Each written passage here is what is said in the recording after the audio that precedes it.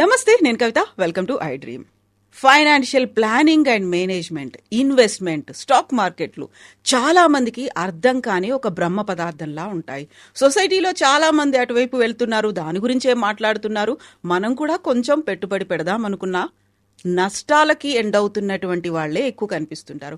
కావలసినటువంటి proper advise లభించాక ఆర్థికంగా నష్టపోయి చితికిపోయినటువంటి ఫ్యామిలీస్ ఎన్నో కనిపిస్తుంటాయి. వాళ్ళకి కావలసినటువంటి ప్రాపర్ గైడెన్స్ ఇవ్వడానికి మనతో పాటుగా ఉన్నారు ఫైనాన్షియల్ ఎక్స్పర్ట్ సాయిరామ్ గారు. సాయిరామ్ గారు, నమస్తే అండి. నమస్తే మేడం. సాయిరామ్ గారు, 1 lakh ఇన్కమ్ ఉంది, అలాంటి వ్యక్తి ఫైనాన్షియల్ ప్లానింగ్ అనేది ఎలా చేసుకోవాలంటారు? సో 1 lakh ఇన్కమ్ ఉంది, సో అట్లీస్ట్ 20% అనేది సేవ్ చేసుకోవడానికి పెట్టుకో. 80% స్పెండ్ చేసుకోండి, నో ప్రాబ్లం. సో ఈ నెక్స్ట్ ఏం చేయాలంటే ఒక బడ్జెట్ అనేది ప్రిపేర్ చేసుకోవాలండి. మనకి ఎంత ఖర్చు అవుతుంది నెల నెల, ఎక్కడెక్కడ స్పెండ్ చేస్తున్నాం, సో క్లారిటీ వస్తుంది. నాకు ఇందులో స్పెండ్ చేస్తున్నాను, సో నేను ఇప్పుడు హౌస్ హోల్డ్ ఎక్స్పెన్సెస్ మీద స్పెండ్ చేస్తున్నాను, లేదా పిల్లల ఫీజు మీద స్పెండ్ చేస్తున్నాను, లేదా లోన్ మీద స్పెండ్ చేస్తున్నాను, లోన్కి ఈఎంఐల మీద. సో ఆ క్లారిటీ అనేది చాలా ఇంపార్టెంట్ అనేది. సో బడ్జెట్ అనేది ఫస్ట్ ప్రిపేర్ చేసుకోవాలి. నెక్స్ట్ మనకి ఏంటి ప్రయారిటీస్.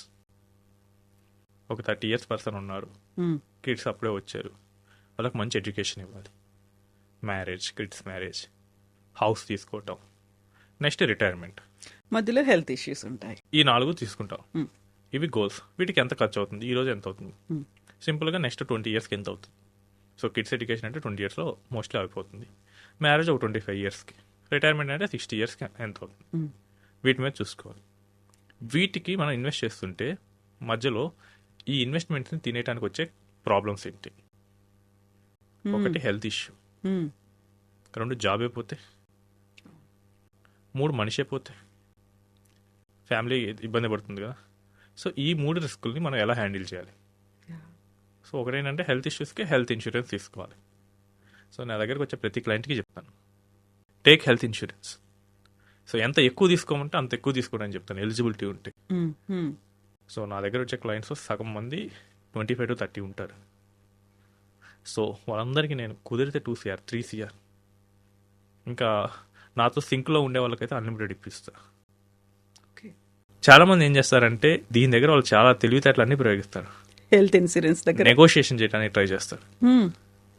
నువ్వు నెగోషియేషన్ ట్రై చేసే బదులు ఒక మంచి ప్రొఫెషనల్ ఇన్సూరెన్స్ అడ్వైజర్ దగ్గర పాలసీ తీసుకుంటే రేపు ఏమైనా క్లైమ్ అప్పుడు ఇబ్బంది వస్తే he will take the entire responsibility.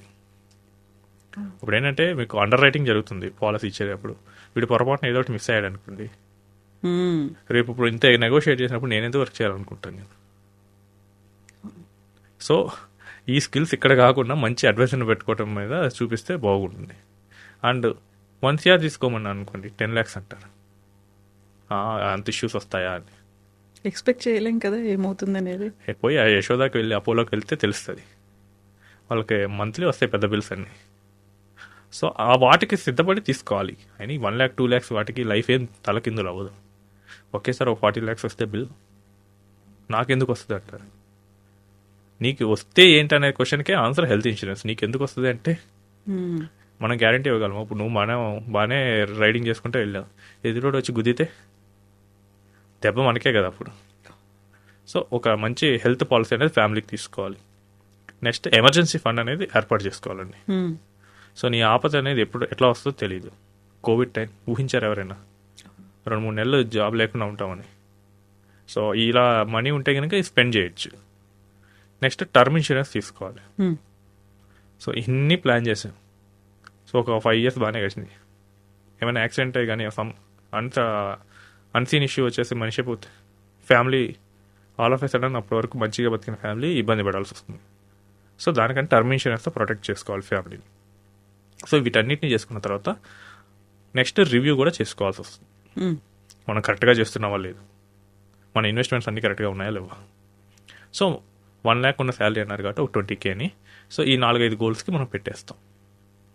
సింపుల్గా చెప్పాలంటే మీరు ఒక కొత్త ప్లేస్కి వెళ్తుంటే ఎంత జాగ్రత్తగా బ్యాగ్ 2-3 సర్దుకుంటామో వీటిని కూడా అలానే ప్లాన్ చేసుకోవాలి.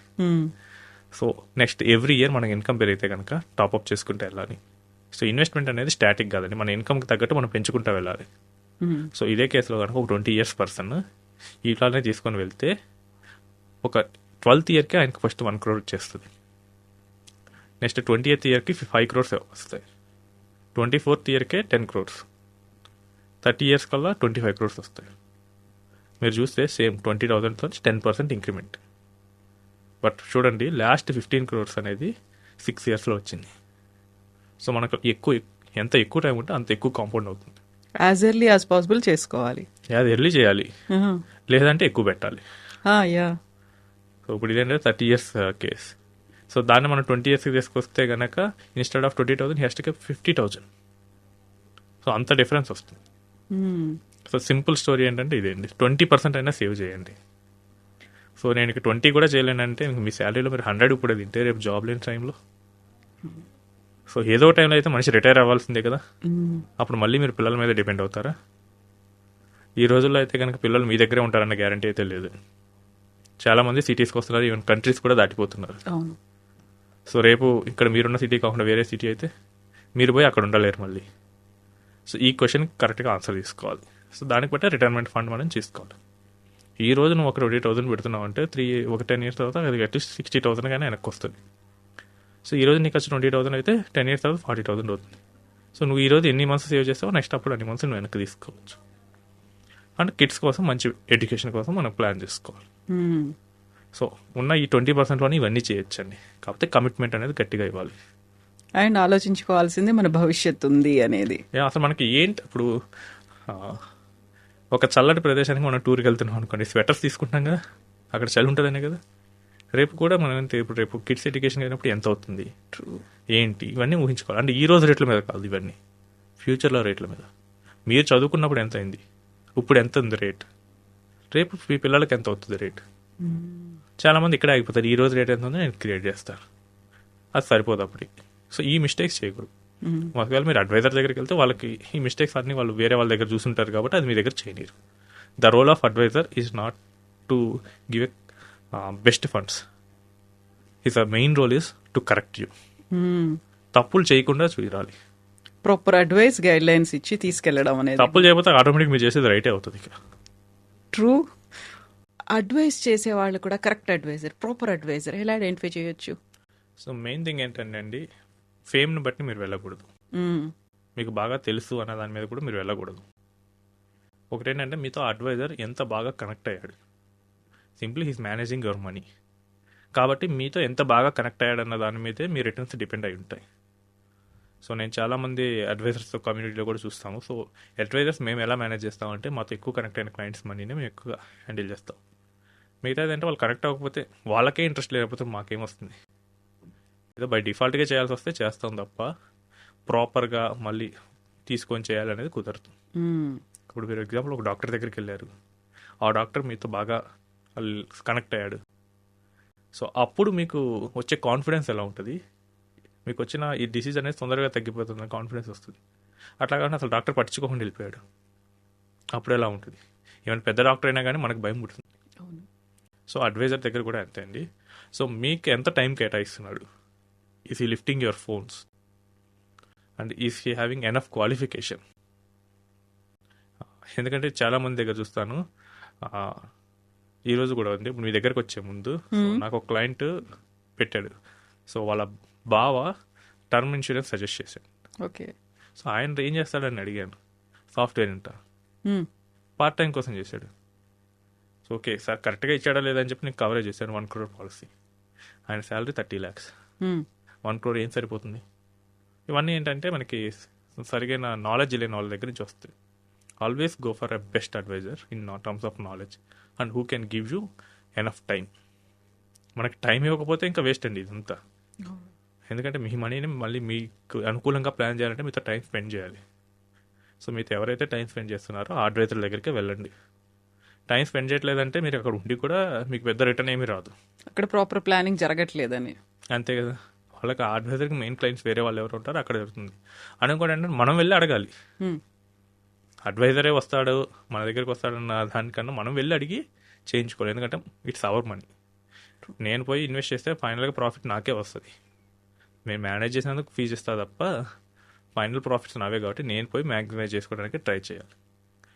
నేను పోయి వీలైతే కూర్చోండి ఆఫీసులో, లేదా కనీసం ఆన్లైన్ జూమ్ కాల్తో అయినా మాట్లాడండి.